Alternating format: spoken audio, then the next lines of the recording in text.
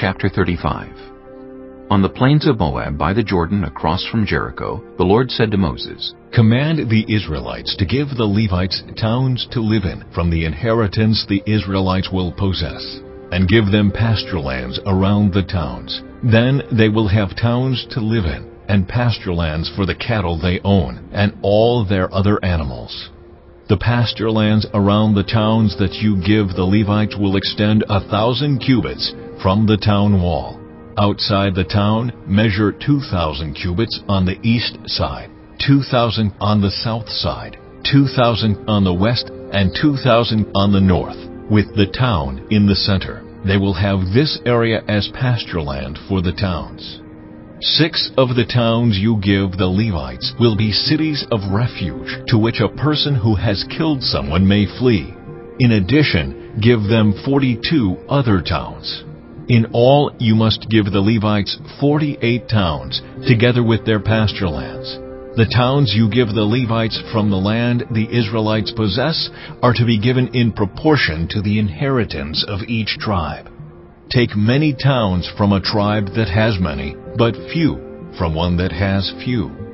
Then the Lord said to Moses, Speak to the Israelites, and say to them, When you cross the Jordan into Canaan, select some towns to be your cities of refuge, to which a person who has killed someone accidentally may flee. They will be places of refuge from the avenger, so that anyone accused of murder may not die before they stand trial before the assembly. These 6 towns you give will be your cities of refuge. Give 3 on this side of the Jordan and 3 in Canaan as cities of refuge. These 6 towns will be a place of refuge for Israelites and for foreigners residing among them, so that anyone who has killed another accidentally can flee there. If anyone strikes someone a fatal blow with an iron object, that person is a murderer. The murderer is to be put to death. Or if anyone is holding a stone and strikes someone a fatal blow with it, that person is a murderer. The murderer is to be put to death. Or if anyone is holding a wooden object and strikes someone a fatal blow with it, that person is a murderer. The murderer is to be put to death. The avenger of blood shall put the murderer to death. When the avenger comes upon the avenger shall put the murderer to death. If anyone with malice aforethought shoves another, or throws something at them intentionally, so that they die, or if out of enmity one person hits another with their fist so that the other dies, that person is to be put to death. That person is a murderer. The avenger of blood shall put the murderer to death when they meet. But if without enmity someone suddenly pushes another, or throws something at them unintentionally, or without seeing them drops on them a stone heavy enough to kill them, and they die, then since that other person was not an enemy, and no harm was intended, the assembly must judge between the accused and the avenger of blood according to these regulations. The assembly must protect the one accused of murder from the avenger of blood and send the accused back to the city of refuge to which they fled.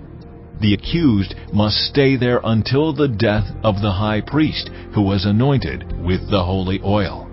But if the accused ever goes outside the limits of the city of refuge to which they fled, and the avenger of blood finds them outside the city, the avenger of blood may kill the accused without being guilty of murder.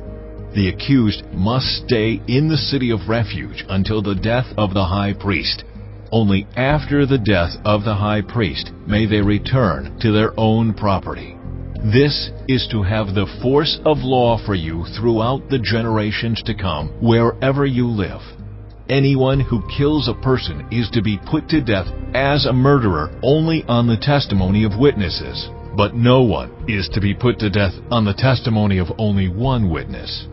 Do not accept a ransom for the life of a murderer who deserves to die. They are to be put to death. Do not accept a ransom for anyone who has fled to a city of refuge, and so allow them to go back and live on their own land before the death of the high priest. Do not pollute the land where you are.